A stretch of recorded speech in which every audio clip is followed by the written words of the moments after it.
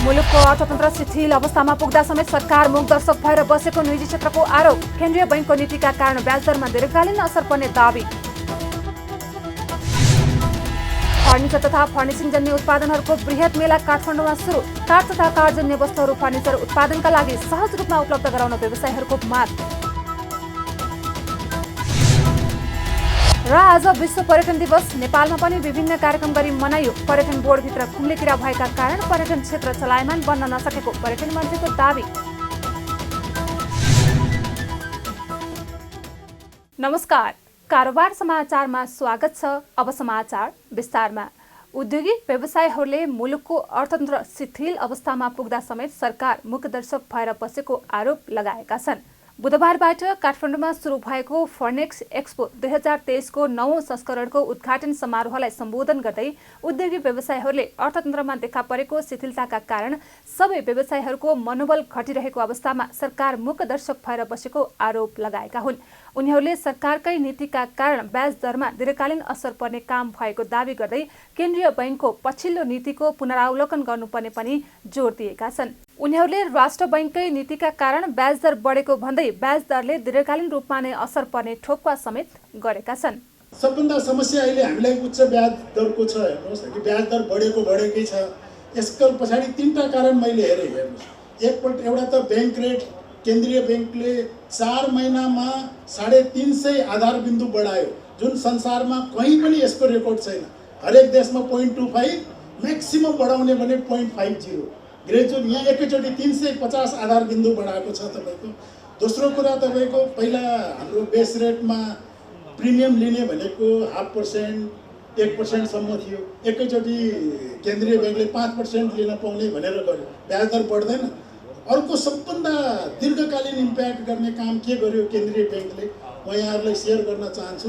बचत खातामा विगतमा बचत खाता करेन्ट एकाउन्टमा 2% 2.5% ब्याज दिइन्थ्यो। केन्द्रीय बैंकले भन्यो यो 5% भन्दा बढी फरक हुनु हुँदैन भन्दाखेरि 12% ब्याज भयो भने बचत खातामा 7% ब्याज भयो। अब यो दीर्घकालीन इम्प्याक्ट पर्ने हो। अब ब्याज दर घटाउनु भनेको धेरै चुनौतीपूर्ण भइसकेको अवस्था हो। अर्को समस्या भनेको अब हाम्रो एक्सेस टु द फाइनान्स, वित्तीय पहुँच। आज मात्रै मलाई 1-2-3 जना साथीहरूले के खबर गर्यो भने सर यो बैंकहरूले ओडी एकाउन्टै बन्द गरिदियो भनेर, जबकि राष्ट्र बैंकको त्यस्तो निर्देशन हामीले देखेका छैन। अब तपाईँले ओडी एकाउन्ट भनेको फिक्स तर लिनुपर्ने, करेन्ट एकाउन्टमा पैसा राख्नुपर्ने र ओडी एकाउन्टमा तिर्न नपाइने, त्यो त इन्स्टलमेन्टको हिसाब से तिर्नुपर्ने। बैंकहरूलाई त्यो बिना ब्याजमा पैसा जम्मा गर्नुपर्ने। के यसरी उद्योग व्यापार फस्टाउँछ तपाईँको? सेयर बजारमा हेर्नुहोस्, 4-12 को नीति 12 को नीतिले अहिले पनि धराशायी। त्यहाँ मात्रै निजी क्षेत्रको 1600 बिलियन 16 खरब, त्यो भनेको जिडिपीको झन्डै 25-30% हाम्रै पैसा हो। त्यो हेर्नुहोस्, हामी नै सेयर बजारमा लगायौँ, त्यो हामीले गुमाइसकेको अवस्था छ। घर जग्गा कारोबारमा शिथिलता आयो किनभने मूल्याङ्कनको 30% 2 करोडको अस्ति बढाइयो। त्यो 2 करोडको लिमिट उपयोग गर्न हामीले 8 करोड रुपियाँ आफ्नो राख्नु पर्यो कि तपाईँको। अब त्यो कहाँबाट त्यो एप्लिकेबल हुन्छ? निर्माण क्षेत्र शिथिल किन छ? पुँजीगत खर्चै छैन तपाईँको। सहकारी क्षेत्र अर्थतन्त्रको 3 खम्बामा भएको सहकारी क्षेत्र अहिले सङ्कटग्रस्त भएर सबै उद्यमी व्यवसायीहरू पीडित भइसकेको अवस्था छ। अब अहिले निजी क्षेत्र गम्भीर आर्थिक शिथिलताबाट गुज्रिरहेको छ। हेर्नुहोस्, उद्यमी व्यवसायी उपभोक्ता र बजारमा कसैसँग पनि पैसा छैन। अधिकांश हामी उद्यमी व्यवसायीहरू बैंकको कर्जा र ब्याज दिन असफल भइरहेका छौँ। कोभिड पछि मात्रै 50,000 भन्दा बढी हाम्रा उद्यमी व्यवसायीहरू कालो सूचीमा परिसकेका छन्। हेर्नुहोस्, सबै व्यवसायको मनोबल घटेको छ, उत्पादन घटेको छ, बिक्री घटेको छ, कन्जम्सनै छैन। दसैँ एकदम अगाडि आएको छ। यो बेला पनि हाम्रो व्यवसायीहरूले यो पालि दसैँको लागि खासै आयात पनि गरेको देखिँदैन र व्यापार पनि धेरै हुने चाहिँ परिस्थितिहरू देखिँदैन। यो बेला पनि सरकार चाहिँ मुखदर्शकै भएर बसेको छ। नीतिहरूलाई अब चाहिँ नि पुनरावलोकन गर्नुपर्ने, कसरी चाहिँ व्यवसायलाई चाहिँ सहज बनाउन सकिन्छ, यो चाहिँ घट्दो व्यापारलाई कसरी बढाउन सकिन्छ अथवा चाहिँ उपभोगलाई बढाउन के गर्न सकिन्छ भन्ने कुरामा राज्यको तर्फबाट के पनि सोच नआएको परिस्थितिहरू छ। उद्योगी व्यवसायीहरूले व्यावसायिक क्षेत्र गम्भीर आर्थिक शिथिलताबाट गुज्रिरहेको भन्दै कोरोना कालपछि मात्रै 50,000 भन्दा बढी उद्योगी व्यवसायी कालो सूचीमा परेको दुखेसो समेत गरेका छन्। फर्निचर तथा फर्निसिङ जन्य उत्पादनहरूको बृहत मेला फर्नेक्स 2023 को 9औं संस्करण काठमाडौँमा सुरु भएको छ। बुधबारबाट काठमाडौँको भिरकुटी मण्डपमा सुरु भएको एक्सपोको उद्योग वाणिज्य तथा आपूर्ति मन्त्री रमेश रिजालले उद्घाटन गर्नुभएको हो। एक्सपोमा स्वदेशी तथा विदेशी गरी 100 भन्दा बढी प्रदर्शकहरूको सहभागिता रहेको छ। 5 दिनसम्म चल्ने एक्सपोमा राष्ट्रिय तथा अन्तर्राष्ट्रिय कम्पनीद्वारा उत्पादित किचन, बेडरुम, बाथरुमका साथै आउटडोर फर्निचर, कार्पेट, मार्बल लगायतका सामग्री मुख्य आकर्षणका रूपमा रहेका छन्। त्यसैगरी कार्पेट, पर्दा, म्याट्रेस, डेकोरेसन सामग्री, home decor, office furniture, home appliance, machinery औजारका साथै वास्तुसँग सम्बन्धित उत्पादन पनि प्रदर्शनमा राखिएको छ। एक्सपो स्थलमा नै सामान खरिद बिक्री गर्नका लागि खुल्ला बजार समेत सञ्चालन गरिएको छ भने अवलोकनकर्तालाई एक्सपो निशुल्क प्रवेश गर्ने व्यवस्था गरिएको छ। कार्यक्रममा फर्निचर तथा फर्निसिङ सङ्घका अध्यक्ष दिनेश कुमार अग्रवालले फर्निचर तथा फर्निसिङमा काम गर्ने दक्ष कामदारको अभावले उद्योग नै धाराशायी बन्ने सम्भावना बढ्दै गएको भन्दै दक्ष जनशक्तिको अभावका कारण उत्पादन क्षमता समेत घट्दै गएको बताउनुभयो। उहाँले सिप र तालिमको अभावले फर्निचर तथा फर्निसिङका सामानहरू लोप हुँदै गएको समेत बताउनु भएको छ। काठजन्य वस्तुहरू उत्पादनमा प्रयोग हुने कच्चा पदार्थहरू नेपाली वनभित्रै कुहिएर गएको भन्दै सरकारले काठ तथा काठजन्य वस्तुहरू फर्निचर उत्पादनका लागि सहज रूपमा उपलब्ध गराउने व्यवस्था गर्न माग समेत उहाँले गर्नुभएको छ। जनशक्तिको अभावमा हाम्रो उत्पादन क्षमता घटेको छ। विश्वव्यापी प्रख्यात भएको हाम्रो नेपाली मौलिकता झल्किने फर्निचरहरू सिप र तालिम केन्द्रको अभावले लोप हुने सम्भावना बढेको छ। फर्निचरको लागि चाहिने अति आवश्यक कच्चा पदार्थ रूपमा रहने काठ तथा काठजन्य वस्तुहरू जङ्गलमै खेर गइरहेको छ। नेपाल सरकारबाट जङ्गलमा रहेको उक्त काठ तथा काठजन्य वस्तुहरू फर्निचर उत्पादनको लागि सहज ढङ्गले उपलब्ध गराउने नीतिगत रूपमा सहभागिता गराउने व्यवस्था हुनुपर्दछ। जवाफमा उद्योग वाणिज्य तथा आपूर्ति मन्त्री रिजालले मुलुकभित्रै प्रशस्त स्रोत र सम्भावना हुँदा पनि काठजन्य सामग्रीहरू विदेशबाट आयात हुनु राष्ट्रिय अर्थतन्त्रको लागि सुखद नभएको भन्दै देशभित्रै उपलब्ध हुन सक्ने कच्चा पदार्थको सहज उपलब्धता र उत्पादन सरकारले नीतिगत तथा कानुनी सुधार गर्न तयार रहेको बताउनुभयो।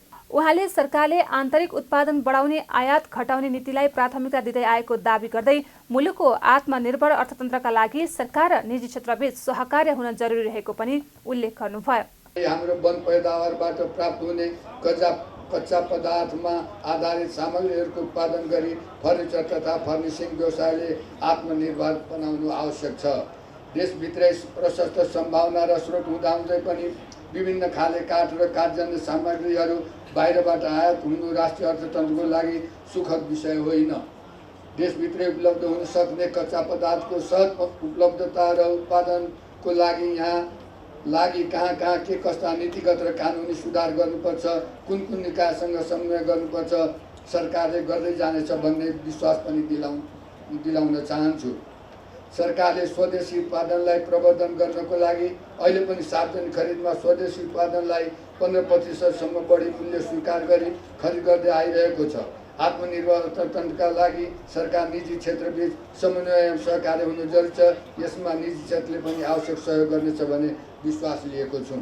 फर्निचर तथा फर्निसिङका उत्पादनको प्रवर्धन गर्ने उद्देश्यले सन् 2012 देखि नियमित रूपमा मेलाको आयोजना हुँदै आएको छ। 50,000 भन्दा बढीले अवलोकन गर्ने अपेक्षा गरिएको एक्सपोमा राष्ट्रिय तथा अन्तर्राष्ट्रिय स्तरमा ख्याति प्राप्त ब्रान्डहरूको सहभागिता रहेको छ। चिकित्सकहरूमाथि बारम्बार आक्रमण भएको भन्दै उनीहरूले आन्दोलनलाई निरन्तरता दिएका छन्। मणिपाल शिक्षण अस्पताल लगायतका स्थानमा चिकित्सकमाथि भएका आक्रमणको विरोध गर्दै चिकित्सकहरूले बुधबार पनि माइतीघर मण्डलामा विरोध प्रदर्शन गरेका हुन्। स्वास्थ्यकर्मीमाथि श्रृङ्खलाबद्ध आक्रमण हुन थालेपछि सुरक्षाको माग गर्दै चिकित्सकहरू सडकमा उत्रिएर विरोध जनाएका हुन्।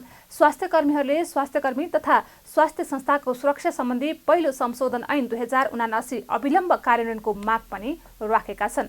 यो समयमा त धेरैचोटि भइसक्यो। हामीलाई एक्सन चाहियो हो, विज्ञप्ति हामीलाई चाहिएको छैन। पक्राउ गर्नुहोस्, हामी मान्छौँ हो, पक्राउ गर्नुभयो। गर्नुहुन्न भने सक्नुहुन्न भने उहाँले मैले सकिनँ भन्नुहोस्, हात उठाउनुहोस्, अर्को कोही आउनुहोस् गर्नुहोस्।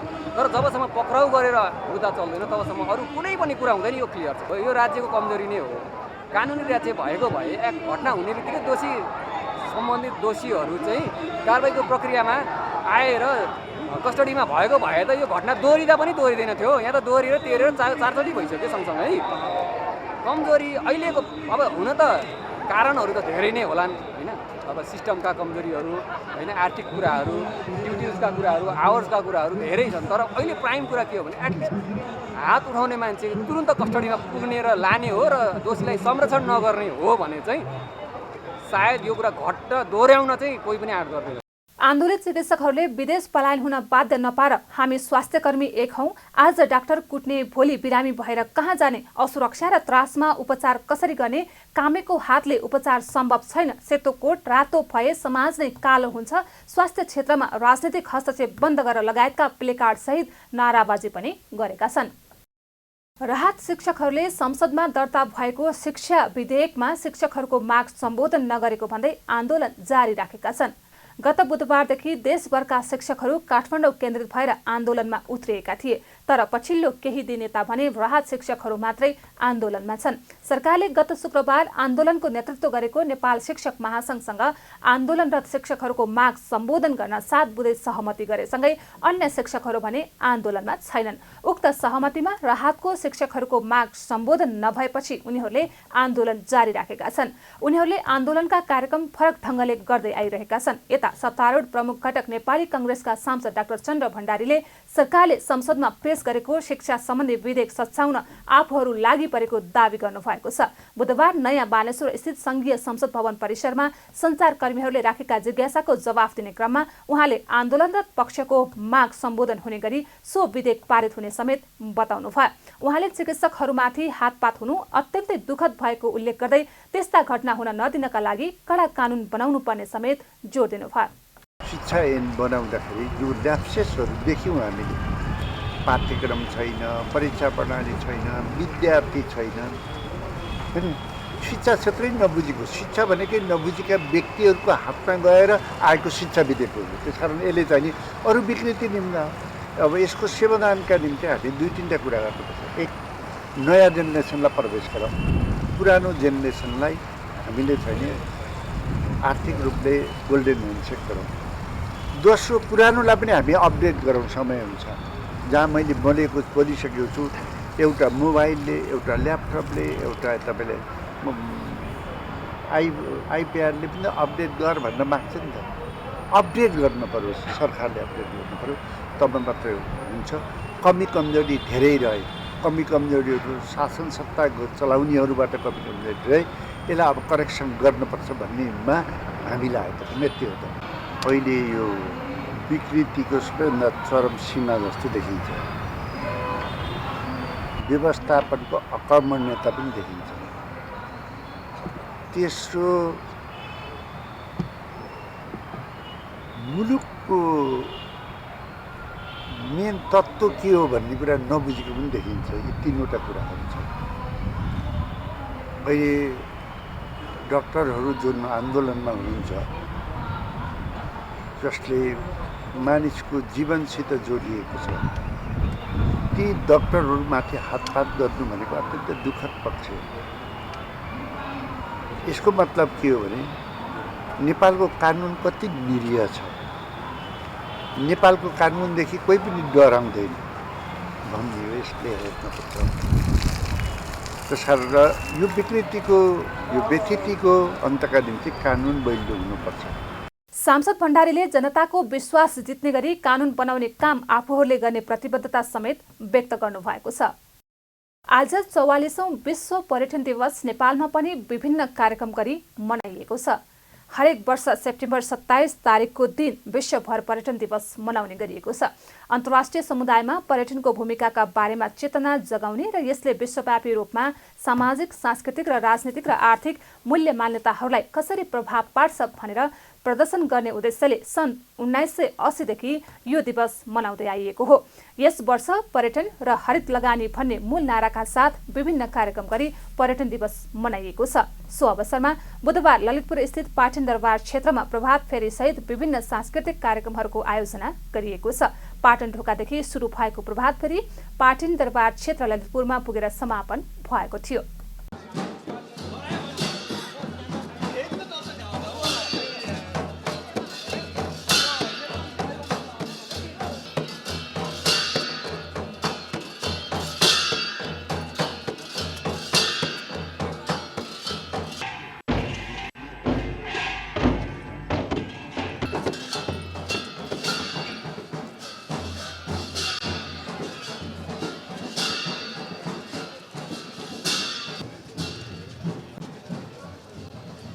दिवसको अवसरमा ललितपुरमा आयोजित कार्यक्रममा संस्कृति पर्यटन तथा नागरिक उड्डयन मन्त्री सुदन किराँतीले समेत उपस्थिति जनाउनु भएको थियो। उक्त कार्यक्रमलाई सम्बोधन गर्दै मन्त्री किराँतीले पर्यटन बोर्डलाई सक्रिय बनाएर पर्यटन प्रवर्धनको निम्ति अघि बढ्ने प्रतिबद्धता जनाउनु भयो। उहाँले पर्यटन बोर्डभित्र खुम्ले किरा भएका कारण पर्यटन क्षेत्र चलायमान बन्न नसकेको आरोप पनि लगाउनु भयो। हामीले पर्यटन बोर्डलाई अब सक्रिय बनाएर, हुनु त त्यहाँभित्र पनि खुम्ले किराहरू छन्, हामी पर्यटन बोर्डलाई सक्रिय बनाएर पर्यटन प्रवर्धनको निम्ति हामी अगाडि बढाउनेछौँ। हामीले खास गरी चाइना र भारतलाई फोकस गर्नुपर्छ भनेर मैले पटक मैले भनेको छु। हामीले खाडी मुलुकमा पनि त्यत्तिकै फोकस गर्नुपर्छ, भुटान र बङ्गलादेश पनि हाम्रो प्राथमिकतामा पर्नुपर्छ, अनि युरोप पनि उत्तिकै पर्न समानान्तर ढङ्गले जानुपर्छ। कार्यक्रममा पर्यटन मन्त्री किराँतीले हवाई क्षेत्रमा अझै नीतिगत र संरचनागत सुधार गर्दै निगमलाई अघि बढाउने कोसिस भइरहेको बताउनु भएको छ। नेपाल वायु सेवा निगमले जहाज खरिद गर्ने अन्तिम चरणतिर रहेको पनि उहाँले जानकारी दिनुभयो। उहाँले धेरैभन्दा धेरै पर्यटक ल्याउने उद्देश्यले जहाज खरिदको प्रक्रिया अघि बढाइएको भन्दै जहाज खरिदको विषयमा नकारात्मक ढङ्गले टिप्पणी गर्नेहरू देशभक्त हुन नसक्ने पनि उल्लेख गर्नुभयो। हामीले हवाई क्षेत्रमा अझ कुरा गर्दाखेरि हाम्रो यसको नीतिगत र संरचनागत नै सुधार गर्दै निगमलाई अगाडि बढाउने कोसिस गरिराखेका छौँ र निगमद्वारा हामी जहाज खरिद गर्ने अन्तिम चरणतिर हामी पुगिराखेका छौँ। हामीले व्यापक रूपमा बजारमा देखिएको विसङ्गतिहरूमाथि हस्तक्षेप गर्ने उद्देश्यले, धेरैभन्दा धेरै पर्यटक ल्याउने उद्देश्यले हामी जहाज खरिदको प्रक्रियामा अगाडि बढिसकेका छौँ र जसले जहाज खरिदको विषयमा पनि नकारात्मक ढङ्गले टिप्पणी गरेर हाम्रो विरोध गर्नेछन्, हामी पारदर्शीपूर्ण ढङ्गले किन्नेछौँ। कुनै त्यहाँ भ्रष्टाचारको भय जोडिने छैन, तर त्यतिर पनि हामीले इमान्दार साथ राष्ट्रिय हितमा काम गर्दा पनि विरोध बाधा आउँछन् भने त्यो राष्ट्रघाती हुनेछ।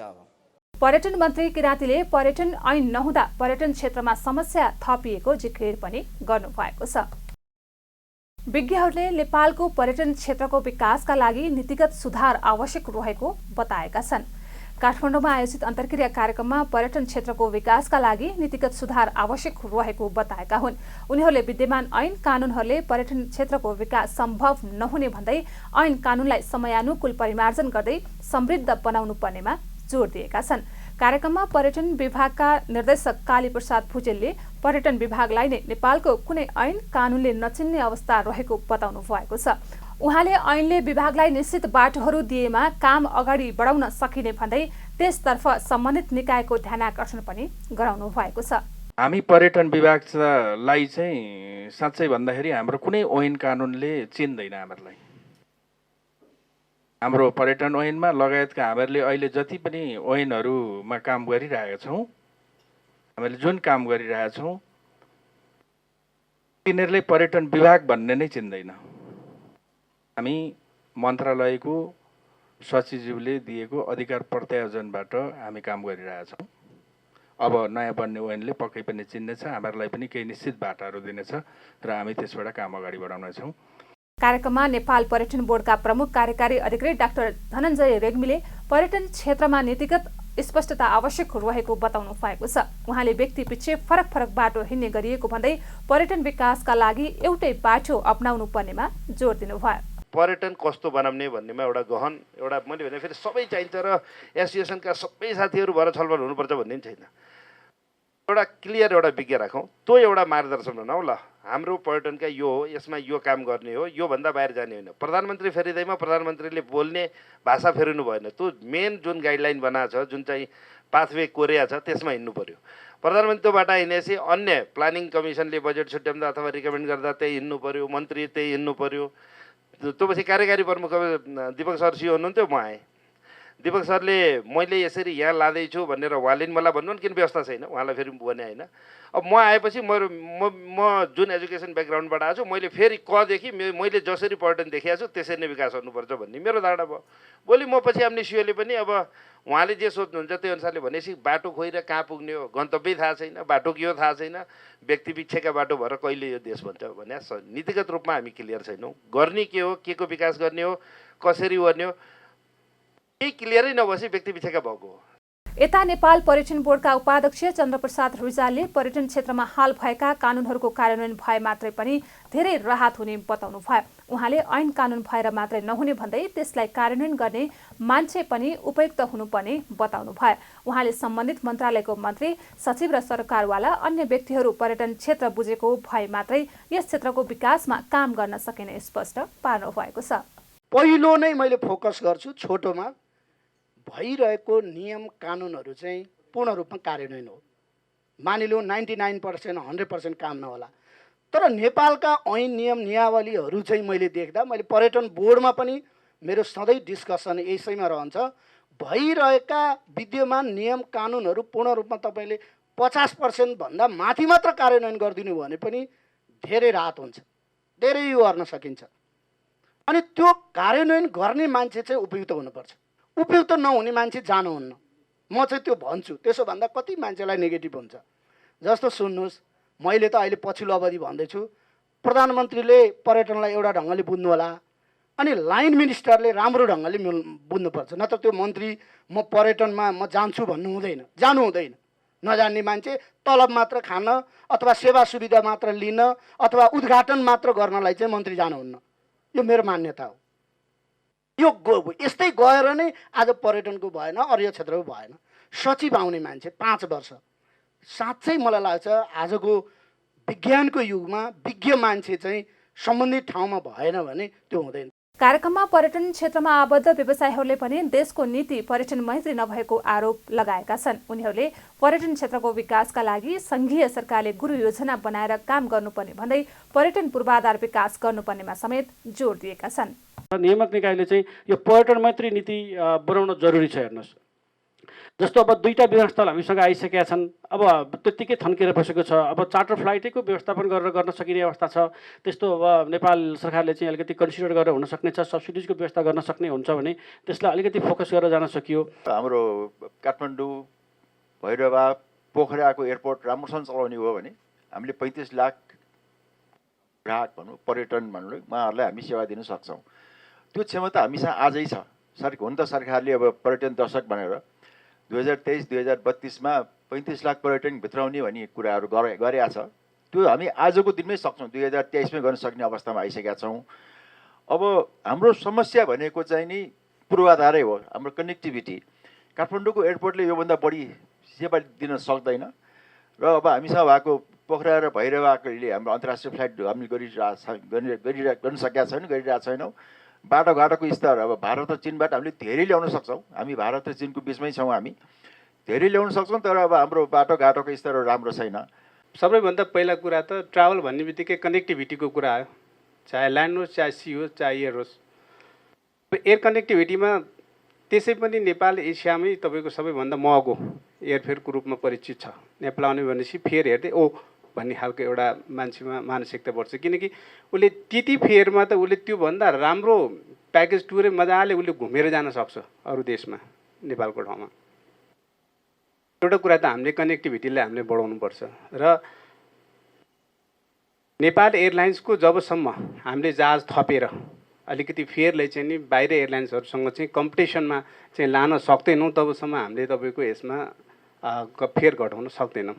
पर्यटन क्षेत्रका व्यवसायीहरूले नेपालमा पर्यटनको विकासका लागि डिजिटल मार्केटिङ आवश्यक रहेको पनि औल्याएका छन्। साथै हवाई उडानका कारण पर्यटकहरूले धेरै कष्ट भोग्नु परिरहेको भन्दै यसतर्फ पनि सरकारवाला निकायको ध्यान आकर्षण गराएका छन्। शेयर बजारमा बुधबार 18.5 अङ्क बढीले ओह्रालो लागेको छ। शेयर बजार मापन गर्ने नेप्से परिसूचक बुधबार 18.60 अङ्कले घटेर 2004.30 अङ्कमा ओर्लिएको हो। यस दिन कारोबारमा आएका सबै समूहले समग्र परिसूचक ओह्रालो लागेको हो। परिसूचकमा ओह्रालो लाग्दा कारोबार रकम पनि घटेको छ।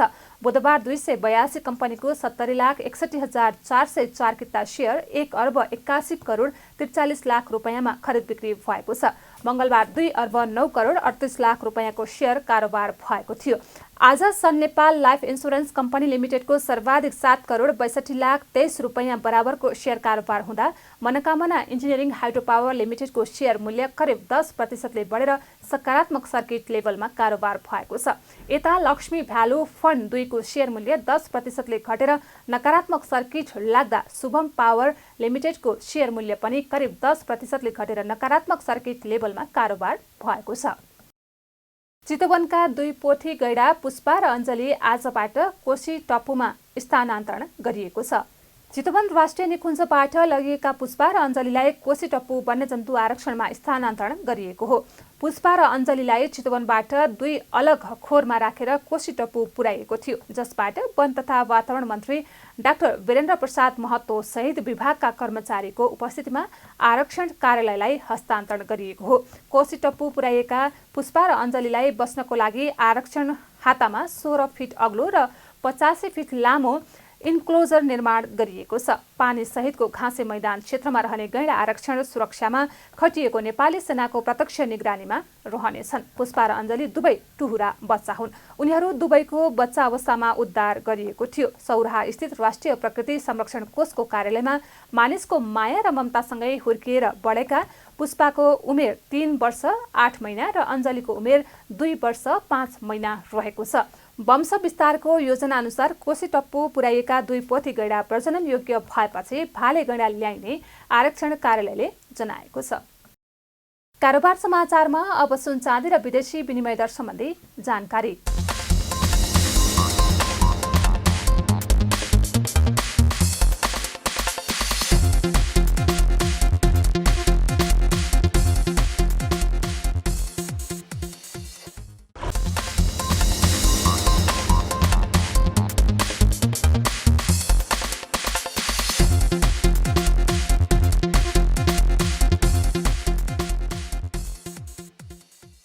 बिदा हुनुअघि अहिलेसम्मका प्रमुख समाचार फेरि एकपटक। मुलुकको अर्थतन्त्र शिथिल अवस्थामा पुग्दा समेत सरकार मूकदर्शक भएर बसेको निजी क्षेत्रको आरोप। केन्द्रीय बैंकको नीतिका कारण ब्याजदरमा दीर्घकालीन असर पर्ने दावी। फर्निचर तथा फर्निसिङ जन्य उत्पादनहरूको बृहत मेला काठमाडौँमा सुरु। काठ तथा काठजन्य वस्तुहरू फर्निचर उत्पादनका लागि सहज रूपमा उपलब्ध गराउन व्यवसायीहरूको माग। र आज विश्व पर्यटन दिवस नेपालमा पनि विभिन्न कार्यक्रम गरी मनाइयो। पर्यटन बोर्डभित्र खुम्लेकिरा भएका कारण पर्यटन क्षेत्र चलायमान बन्न नसकेको पर्यटन मन्त्रीको दावी। कारोबार समाचार सकियो। हामीलाई बिदा दिनुहोस्। नमस्ते।